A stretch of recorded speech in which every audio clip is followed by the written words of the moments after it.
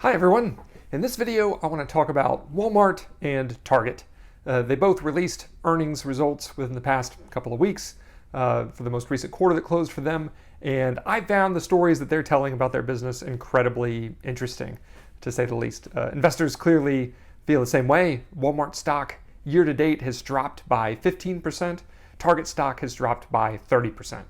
So there's clearly been a pretty negative surprise to earnings that investors didn't really anticipate that has caused these stock prices to ratchet back down. So in this video, I want to talk a bit about what Walmart and Target are saying about their performance, what they're feeling, how the economy is impacting them, and ultimately what that might mean for both Walmart and Target in the near future, and how we can use what we learn about these massive businesses to help us better understand how all businesses will perform as the economy continues to evolve coming out of the pandemic and fighting this inflationary surge that we're fighting today. We can jump right into the top line results, and in this case, the story is good for both Walmart and Target. Walmart's revenue is up 3% in the most recent quarter relative to the same quarter 1 year ago. Target's revenue was up 4%, again, for the most recent quarter relative to the same quarter a year ago. That's fantastic news for revenue to be growing. The problem is profits are declining. And so when profits are declining, that means the costs are rising even more quickly than the revenue is. In this case, Walmart has seen its revenue year over year grow by about $3 billion in the quarter, but profit dropped $1 billion. So $3 billion more of revenue, but profit actually went down $1 billion. With Target, revenue went up $1 billion relative to the year ago quarter. Profit came down $1 billion.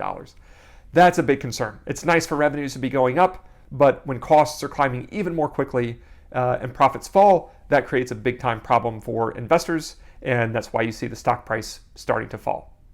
Now that we've looked through the revenue and the operating profit trajectory for both Walmart and Target, we could talk a little bit more about inflation. In April of 2022 in the US, we saw inflation of 8.3%, and that's as measured in the Consumer Price Index and reported by the US Bureau of Labor Statistics. So 8.3%, meaning the price of sort of an average item across a basket of goods has grown by 8.3% year over year. The US Federal Reserve, sort of the top economists that are involved with policymaking in the United States, target a 2% inflation rate year over year. So what that means is today's inflation is nominally 4 times as aggressive as what the US's top economics policy experts would deem to be optimal. That's a big time problem, and that's what's showing up in Walmart's results and in Target's results. On the revenue side, both companies are seeing inflation in food. And because food is a staple, people need food to eat, they will spend their money there first. What that means is people have less money to spend on items outside of food and beverage. So basically everything else, apparel, electronics, automotive, home goods, all these items, there's less money available for spending there because consumers are spending so much on the food and beverage side. That's not necessarily a problem for Walmart and Target because they both sell food and beverage items. And the management teams of both companies claim they're actually gaining market share in the grocery segment. So it's not just that Walmart customers and Target customers are spending more on food than they had in the past. Customers are actually making more food and beverage purchases at Walmart and at Target today than they have in the past. And that's a good story for Walmart and Target to have. The problem is the money that's not available for these other items to buy these other items. In many cases, these other items are more profitable for Walmart and Target than the food and beverage items. So Walmart and Target, the management teams have to get pretty creative about how they're going to plug this hole in profitability. And there's a lot of ways they can do it. One way, actually, on these higher margin items, they can reduce the prices, which squeezes those margins a little, but those margins are still higher than they're getting in food and beverage. So if they can bring down prices in other items just enough to encourage consumers to buy more of these other items, then it's conceivable that both Walmart and Target could make up the gap that they see as a result of the inflation in food and beverage. On the cost side, both companies are fighting fuel inflation. So inflation just isn't just happening inside of food and beverage or any other element of the economy. It's also happening in fuel, the energy space broadly, fuel specifically. Walmart and Target feel that in a very real way because both of these companies have massive distribution footprints and they need to distribute goods all over the country, vast quantities of goods, a vast mix of goods, is going to all areas of the country. So when fuel prices go up, Walmart and Target really feel it, and they're feeling it so much so that these management teams are talking specifically about the problem of fuel costs with investors. So that's how we know. We see, like I said at the beginning, costs are ramping more quickly than revenue, and for Walmart and Target, fuel is a very important cost, and it is ramping up incredibly aggressively. Next up is cash generation. Walmart and Target are massive businesses, and they're known for creating enormous amounts of cash. In its last 3 fiscal years, Walmart has generated $11 billion, $26 billion, and $15 billion in free cash flow. And we define free cash flow as being the cash these companies generate from operations, from operating their day-to-day business, minus the cash they invest in their own businesses. So Walmart generates tens of billions of dollars annually in free cash flow. Target is a smaller business, but still generates an enormous amount of cash. In its last 3 fiscal years, it's generated $5 billion, $8 billion, and $4 billion in free cash flow. So again, both of these companies are cash cows, have been proving their capabilities in this area for multiple years in a row. But the story changed pretty dramatically in the first quarter of this year. And we can take a look at a few charts to understand exactly what happened. The first series of charts we looked at were the revenue trajectories and operating income trajectories for both Walmart and Target. Now we're looking at the free cash flow trajectory over the past 2 years. Walmart is on top in blue, Target is on the bottom in green. The left-hand side shows us the march from 20 Q1 to 21 Q1, and the charts on the right are from 21 Q1 to 22 Q1. So on the left-hand side, we see Walmart generating a $2.9 billion operating cash flow in the same quarter 1 year ago. They then spent $2.2 billion on capital expenditures, which left them a free cash flow of $600 million. The story has changed dramatically in this quarter. We see the operating cash flow went from plus $2.9 billion all the way down to negative $3.8 billion. And then Walmart invested another $3.5 billion in capital expenditures, and that gets you to a $7.3 billion cash burn. And we see a very similar story for Target. The year ago quarter, $1.1 billion of cash flow against negative $500 million in CapEx gets you to about $600 million of free cash flow. This quarter, operating cash flow comes all the way down. It's a negative $1.4 billion. Capital expenditures are another $1 billion, and that gives us a free cash flow burn of over $2.3 billion. That is probably the starkest change in the financial performance of these two companies this quarter compared to the year ago quarter. Both companies generated cash a year ago. Both quarters consumed billions of dollars of cash in this quarter, and that's frankly a big deal. Having seen the charts that shows how much cash both Walmart and Target have been consuming in the first quarters to run their business, we could talk a little bit about the reasons. Why did the cash story change so dramatically? There's 2 real big reasons. The first is profits declined, and we talked about that at the beginning of the video. Inflation helped push revenue dollars up, but inflation pushed the costs up even more, and so these companies struggled to generate anywhere near the profitability they were generating in the year ago quarter. The second big reason is both companies used a lot of money to build out inventory. Leading into the quarter, they expected consumers to get pretty aggressive to sustain this demand growth that we've seen coming out of the pandemic as we've recovered with lockdowns diminishing and with vaccine efficacy ramping up.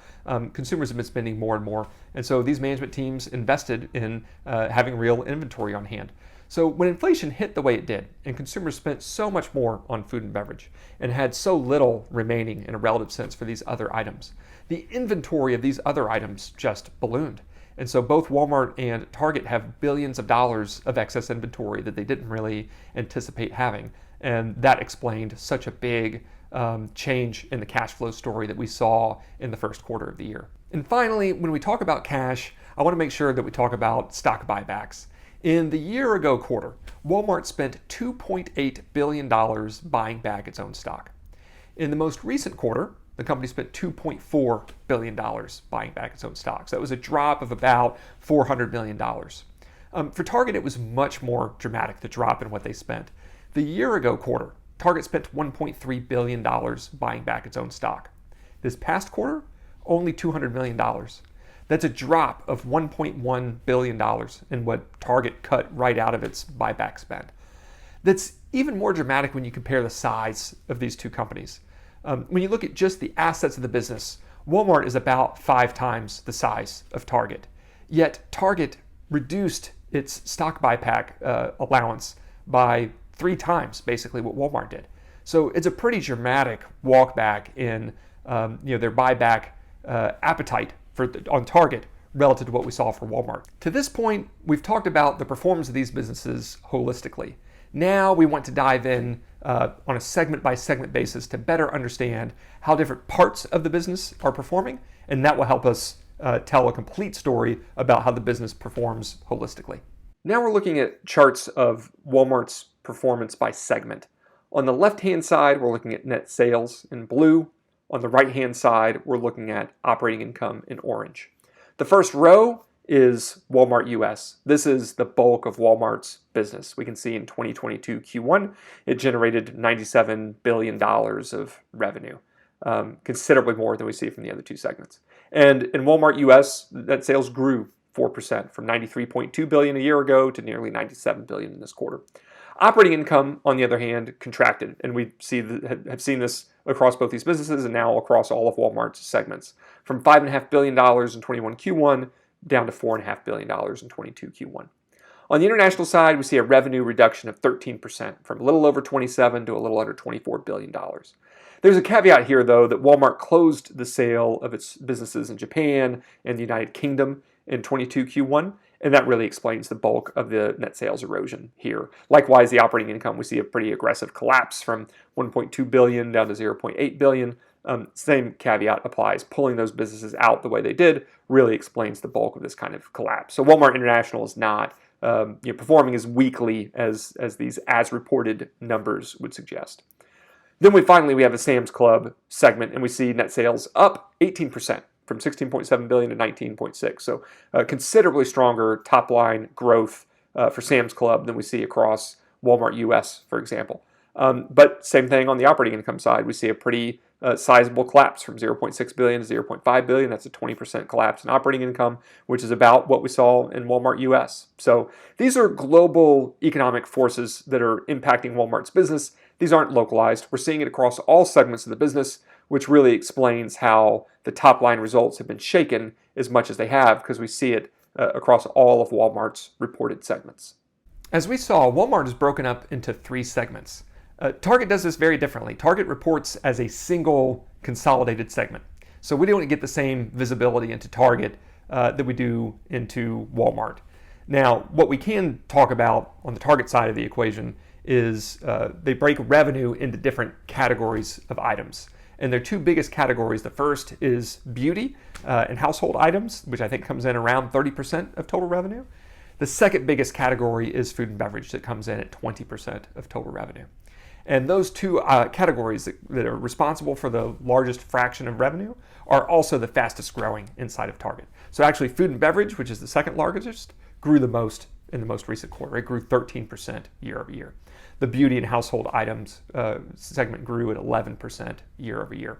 So those are the 2 dominant categories for Target in terms of explaining the revenue picture holistically. Those are also the 2 that have grown the most year on year. And in fact, all the other segments, or the categories rather, that Target reports in, were actually down in revenue year over year, except for an immaterial other segment that was up marginally. So Target really is leaning on the strength of its business in beauty, in food. These are the categories that are keeping the business from performing even worse, frankly, than it otherwise would. So that's our look into Walmart's and Target's most recent earnings results.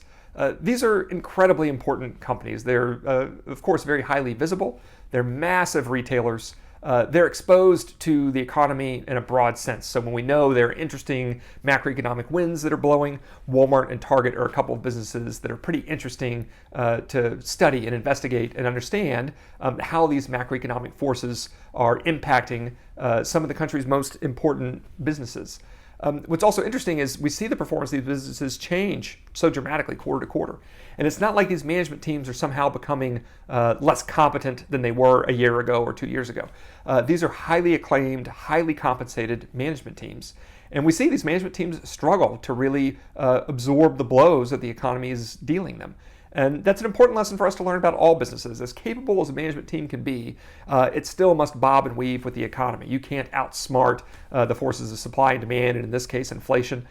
It's going to leave a mark on all sorts of businesses, even businesses that are as big as Walmart and Target. So in a world where the macroeconomy is becoming a bit more disrupted than it had been in the past, where investors' sentiment is weakening a bit more than it has in the past, investors really are looking to retreat into the highest quality publicly traded names available. Walmart and Target are two of those. And so when we see the stock price come down as much as we have, like I said, Walmart down 15% year to date, Target down 30% year to date, those are real signals for us to understand something important is happening in those businesses, something important is happening in the economy, and that's why I'm personally so interested in trying to understand this story and share it with you. So thanks a bunch for stopping by, watching the video. I really appreciate it. I'm going to put another one together soon. If you have any ideas for me, please leave them in the comments, and I'll talk to you before long. Thanks.